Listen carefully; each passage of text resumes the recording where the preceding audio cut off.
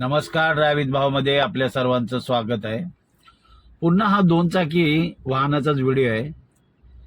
रस्त्यावरचे वाद विवाद कधी कधी इतक्या विकोबाला जातात की आपली चुकी असताना लोक मान्य करत नाही, सॉरी बोलत नाही, भांडत बसतात आणि त्याचे परिणाम कधी कधी ना खूप मोठ्या भांडणामध्ये होतात. एक तर चुकीच्या दिशेने आला, वरनं वाद घालणे हे अत्यंत चुकीचं आहे. पहिला हा व्हिडिओ बघा, नंतर आपण बोलू.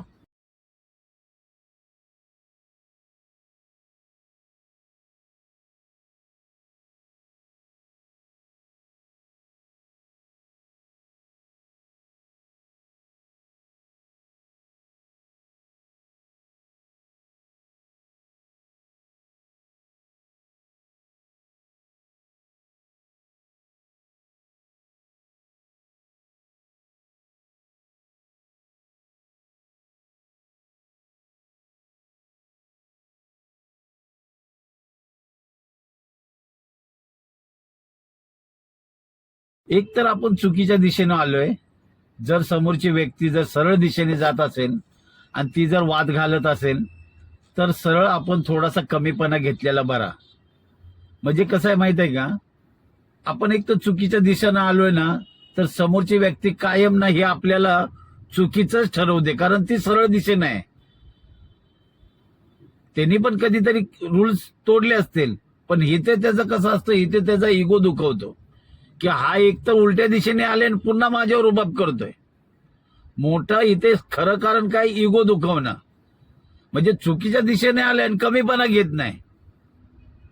दुसरी गोष्ट आहे, आता लोक काय करतात, हेल्मेट हे आपल्यासाठी सुरक्षित आहे, पण आता लोक त्याचा दुरुपयोग करायला लागलेत.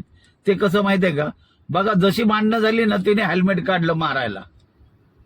लोक आता हेल्मेटचा ना हत्यारासारखा उपयोग करतात. मध्ये सांडपाड्याला अशीच घटना झाली. ओव्हरटेकिंगच्या नादामध्ये थोडीशी चुकी झाली तर त्या लोकांनी तो इंजिनियर होता, सॉफ्टवेअर इंजिनियर, त्याला इतकं मारलं हेल्मेटने की त्याला हॉस्पिटलमध्ये गेल्यानंतर त्याच्यामध्ये दुःखद निधन झालं. त्यामुळं रस्त्यावरची जी भांडणं आहेत ना, हे सामंजस्यपणे सोडवली पाहिजेत. ही छोटीशी चिंगी कधी कधी ना उग्र रूप धारण करते आणि लोक आता हेल्मेट आपल्या सुरक्षेसाठी आहे, पण ती लोक ना आता त्याचा ना हत्यारासारखा उपयोग करतात.